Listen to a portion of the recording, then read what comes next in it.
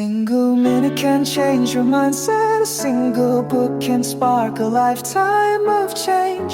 1 นาทีอาจเปลี่ยนความคิด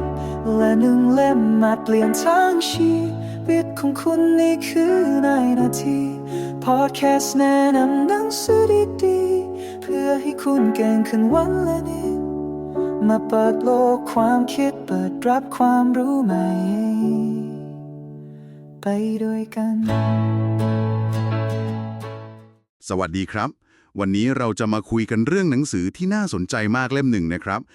Ego is the Enemy ของ Ryan Holiday คือหนังสือเล่มนี้พาเราไปสำรวจศัตรูตัวร้ายที่อาจจะซ่อนอยู่ในใจเราเอง นั่นก็คืออัตตาหรืออีโก้นี่แหละครับ ใช่ค่ะ และมันไม่ใช่แค่เรื่องความมั่นใจเกินร้อยนะคะ แต่เป็นความเชื่อลึกๆ เกี่ยวกับความสำคัญของตัวเองที่มันบดบังความจริงทำให้เราตัดสินใจพลาด หรือแบบปิดกั้นการเรียนรู้ไปเลยค่ะ ครับ มันเข้ามาป่วนเราได้ทุกช่วงเลยนะ ทั้งตอนที่แบบกำลังมุ่งมั่นทำอะไรสักอย่าง ตอนสำเร็จ หรือแม้แต่ตอนล้มเหลว ถูกต้องค่ะ วันนี้เราลองมาเจาะเล็กกันดูนะคะว่าหนังสือเล่มนี้เขามีบทเรียนอะไรให้เราบ้าง เอาช่วงแรกก่อนเลย ช่วงที่เรามีความทะเยอทะยานกำลังไล่ตามความฝัน หนังสือเขาพูดถึงเรื่องการพูดกับการลงมือทำอันนี้น่าคิดมากครับ โดยเฉพาะยุคนี้เลย ค่ะ เขามีตัวอย่างอัปตัน เซนแคลร์ที่เอาแต่เขียนว่าจะทำอะไรถ้าได้เป็นผู้ว่าการ แต่สุดท้ายก็ แพ้ไป เพราะพูดเยอะกว่าทำจริง หรือเอมิลี่โกที่แบบเหมือนใช้เวลาไปกับการสร้างตัวตนในโลกออนไลน์เยอะมาก จนลืมโฟกัสงานเขียนจริง ๆ ของตัวเองไป ๆอือหือ ซึ่งจุดนี้หนังสือเขาเลยเน้นว่าให้ทำงานเงียบๆเรียนรู้จากของจริงไปก่อน ดีกว่าจะไปวิ่งหาการยอมรับจากคนอื่นเร็วเกินไปค่ะ เหมือนอย่างนายพลเชอร์แมนที่เขาก็รู้ตัวนะว่าอย่างต้องเรียนรู้อีกเยอะ ใช่ค่ะหรืออย่างเคิร์กแฮมเมตมือกีตาร์เมตัลลิก้าที่แบบดังแล้วนะ แต่ก็ยังกลับไปเรียนกีตาร์เพิ่ม ครับ สุดยอดเลย อันนี้คือการลดอีโก้เพื่อพัฒนาตัวเองของจริงเลยค่ะ แล้วก็มีอีกกลยุทธ์ที่ผมว่าน่าสนใจมาก คือ canvas strategy กลยุทธ์ผืนผ้าใบ คือการยอมเป็นฉากหลังให้คนอื่นเด่น หรือช่วยเคลียร์ทางให้คนอื่นก่อน อันนี้อาจจะขัดใจใครหลายๆคนนะคะที่อยากจะเด่นอยากจะโชว์ ใช่ครับ แต่มันคือการสร้างทางให้ตัวเองในระยะยาว แทนที่จะไปนั่งขุ่นเคือง เหมือนกวีมาร์ชอลที่รู้สึกว่าโลกไม่ยุติธรรม ซึ่งตรงนี้ต้องอาศัยความอ่อนน้อมมากๆเลยใช่ไหมครับ คือต้องลดอีโก้ลงเยอะ ครับ ๆ เพื่อเปิดใจเรียนรู้ มองหาโอกาสที่คนอื่นอาจจะมองไม่เห็น สะท้อนกลับมาหาเราเองค่ะ ทีนี้พอเราข้ามช่วงเริ่มต้นมาได้ ประสบความสำเร็จขึ้นมาบ้างแล้ว อันตรายมันก็ยังไม่หมดไปนะครับ ไม่หมดค่ะ อันตรายกว่าเดิมอีก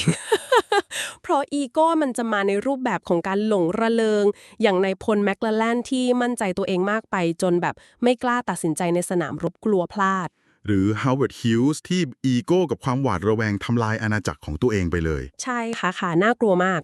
แล้วอย่างนี้ตอนสำเร็จเราจะจัดการกับอีโก้ยังไงดีครับ หนังสือใช้คำว่าต้องมีความสุขุมค่ะหรือ sobriety คือต้องนิ่ง มีสติ ไม่เหลิง และที่สำคัญคือต้องคิดว่าตัวเองเป็นนักเรียนอยู่เสมอ Always stay a student ใช่ค่ะ เหมือนเจงกิสข่านที่แม้จะพิชิตไปทั่ว แต่ก็ยังเรียนรู้จากทุกวัฒนธรรมที่เจอ หรือแองเจล่า เมอร์เคิลที่ใช้เหตุผลนำพาประเทศไม่ได้ใช้อีโก้ส่วนตัว ผมชอบแนวคิด Standard of Performance ของ Bill Walsh โค้ชอเมริกันฟุตบอลนะครับ อ๋อค่ะ คือเขาเน้นที่มาตรฐานการทำงานในทุกๆรายละเอียดเล็กๆน้อยๆเลย เชื่อว่าถ้าทำตรงนี้ดี เดี๋ยวผลลัพธ์คือชัยชนะมันมาเอง อันนี้ดีมากเลยค่ะ มันคือการเอาโฟกัสออกจากตัวผู้นำหรือความสำเร็จครั้งก่อน แต่ไปเน้นที่กระบวนการกับมาตรฐานที่วัดผลได้จริงๆ มันช่วยให้พัฒนาไปเรื่อยๆ ไม่ยึดติด แล้วก็ป้องกันอีโก้ได้ดีมากค่ะ แล้ว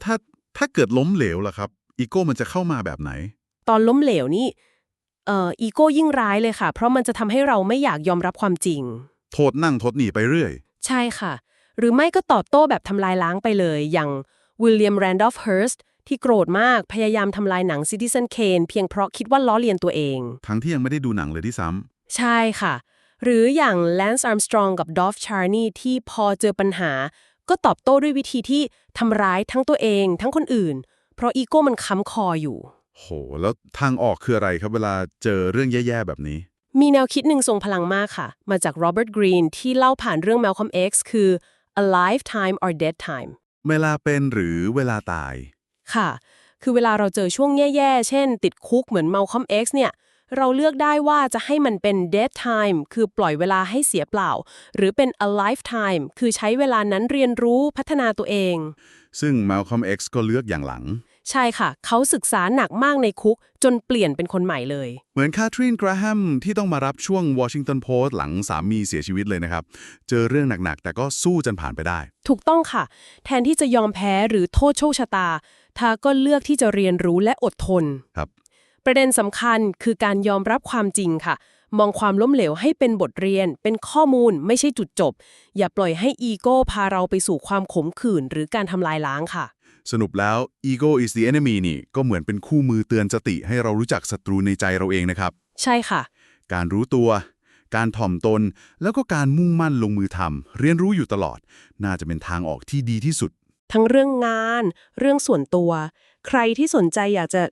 ลองเอาไปปรับใช้กับตัวเองจริงๆจังๆเนี่ย การอ่านเล่มเต็มๆน่าจะได้ประโยชน์มากเลยค่ะ จะเห็นภาพชัดขึ้นเยอะ ครับก็น่าสนใจมากครับสำหรับคำถามทิ้งท้ายให้ลองกลับไปคิดกันดูนะครับคือในชีวิตประจำวันเนี่ยมีสถานการณ์ไหนบ้างที่บางทีอัตตาอาจจะเข้ามามีบทบาทในการตัดสินใจหรือความรู้สึกของเรา โดยที่เราอาจจะไม่ทันรู้ตัว ค่ะ แล้วพอเราเจอความผิดพลาดหรือช่วงเวลาที่รู้สึกไม่ดีเนี่ยเราจะเปลี่ยน dead time ตรงนั้นให้เป็น alive time เพื่อการเรียนรู้และเติบโตต่อไปได้ยังไงบ้าง ลองไปคิดทบทวนกันดูนะครับสำหรับวันนี้เราสองคนคงต้องลาไปก่อน สวัสดีค่ะ สวัสดีครับ Every page you turn is another step towards your success ทุกนาทีพลิกคืออีกหนึ่งก้าวสู่ความสำเร็จในแบบของคุณ หากคลิปนี้มีประโยชน์ช่วยแชร์ไปให้คนที่คุณรัก แล้วเอามาเรียนรู้สิ่งใหม่ๆไปพร้อมๆกันครับ